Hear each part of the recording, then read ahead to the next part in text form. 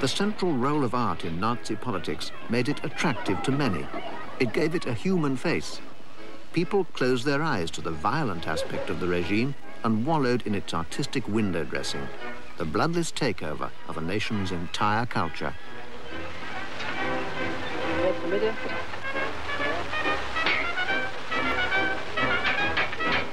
Small towns without a theatre suddenly saw actors, many in jackboots, erecting a stage in the main square. Theatre was no longer for an intellectual elite, it was for everyone. No one should, or could, opt out.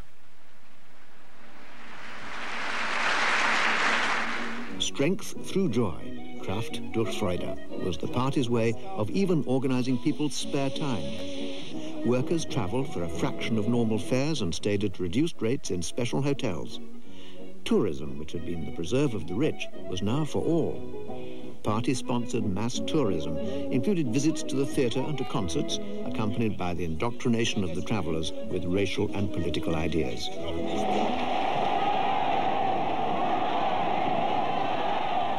Nazi culture appealed to popular taste and prejudice and could therefore count on solid support. Here was a man who had the answer to everyone's problems. Things were going to be different. The real horrors were drowned under a mass of festivals and folklore. People withdrew into moral indolence. Life, for most of them, was much better than before.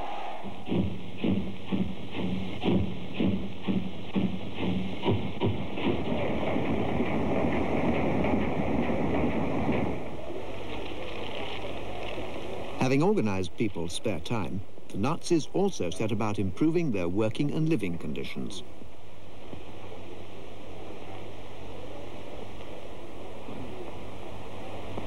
The Department of Beauty and Work was founded. It was in favour of green spaces in factories and campaigned for better light, better work. Propaganda films compared the poor conditions of the past with the beautiful ones to come. They skillfully used simple and emotional images.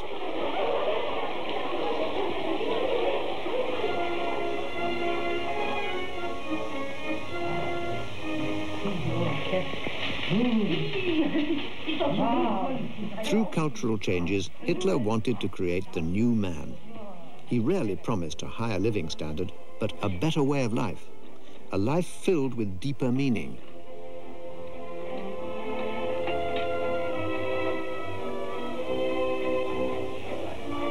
It all looked so civilized.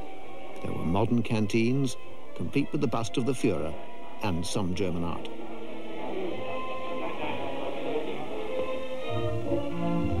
In the guise of social improvements, the government set about controlling people's tastes and attitudes. They were to run along the same lines as the arts: simplicity, traditional values, a design for the people. Zweckmäßig und schön ist die Einteilung der Wohnräume. Ebenso zweckmäßig und schön die Einrichtung. The new homes are functional and beautiful. Their furniture, too, is functional and beautiful. Designs by the Ministry of Housing that everyone can afford.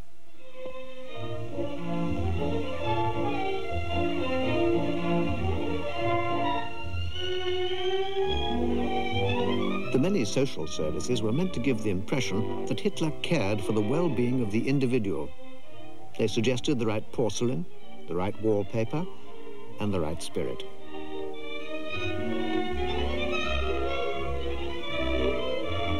All aspects of life were gradually subordinated to political ends. Nazi doctrine began to appear in almost every painting, film, and public building. In children's toys, in storybooks and costumes, in the layout of villages, in the songs and poems taught in schools, even in household goods. The cultural infiltration of every sphere of life ticked away like a time bomb. Sometimes subtle, working on the subconscious, sometimes crude, working on fear. It never stopped until it had brainwashed almost a whole nation.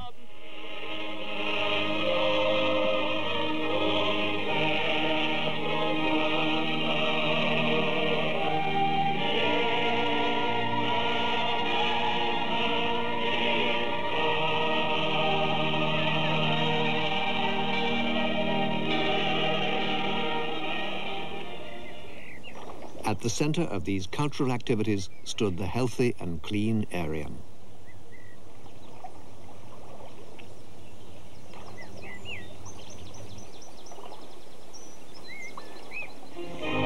Physical exercise and dance took on a kind of messianic fervor.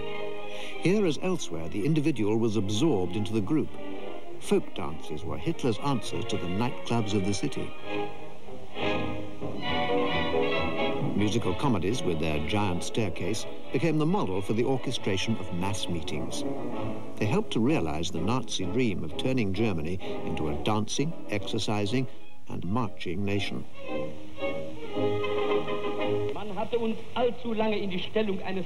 In September 1933, Goebbels founded the Reichskulturkammer. It was the central organization responsible for the control of the German arts. With nearly all cultural activity under his control, Goebbels became the second most important man in the land. Within a short time, the Reichskulturkammer included 100,000 members, among them 15,000 architects, 14,000 painters, 3,000 sculptors, 6,000 designers, 2,000 publishers and art dealers, and thousands and thousands of writers, filmmakers, actors and musicians. The organization of professionals working in the arts into these cultural chambers guaranteed the political streamlining of all artistic life. It guaranteed that the arts would follow and express the philosophy of the party. To abstain spelled the end of a professional career and a life in oblivion or exile.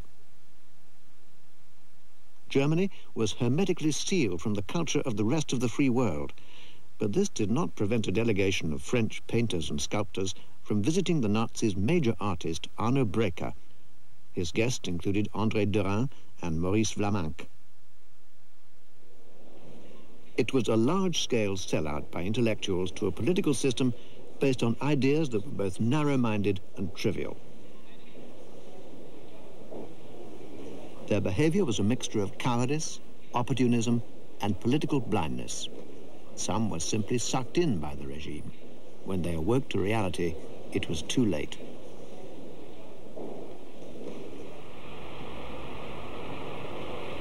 Hitler had always been in love with Munich, and his mistrust of Prussian intellectualism made him shift the art scene from Berlin to a more conservative city. Hitler saw himself as the successor of King Ludwig of Bavaria, who in the 19th century had made Munich into a cultural capital. Das war die Geburtsstunde des Hauses für deutsche Kunst. And so was born the House of German Art. If Hitler saw himself as the Bavarian king, Paul Ludwig Trost considered himself the new Cleanser, King Ludwig's great court architect. Trost, a distinguished Munich architect, was commissioned to build the party's first official buildings on the Königsplatz, as well as the House of German Art. Trost's neoclassical style was typical of the new architecture which aimed at permanence and tradition. Ein Haus der deutschen Kunst soll stehen. Junge Deutschland baut seiner Kunst sein eigen Haus. Wenn es aber diesen Bau der deutschen Kunst der Stadt München gibt, bekennt er sich zum Geiste desjenigen, der einst als bayerischer König diese Stadt zu einer Heimstätte der deutschen Kunst erhob. Wenn ich heute in stolzem Glück mithelfen kann, diesen Grundstein zu legen, dann hoffe ich damit, dieser Stadt und dem Lande den Weg zu weisen in die Zukunft. Der Stein ist gelegt. What the newsreel tactfully censored was that the hammer broke. Not a good omen for the future of German art. 1 year later, Hitler's favorite architect had finished the temple of new German art in the bombastic, neoclassical style the Nazis preferred, and the whole government showed up to open it with pomp and Nazi circumstance.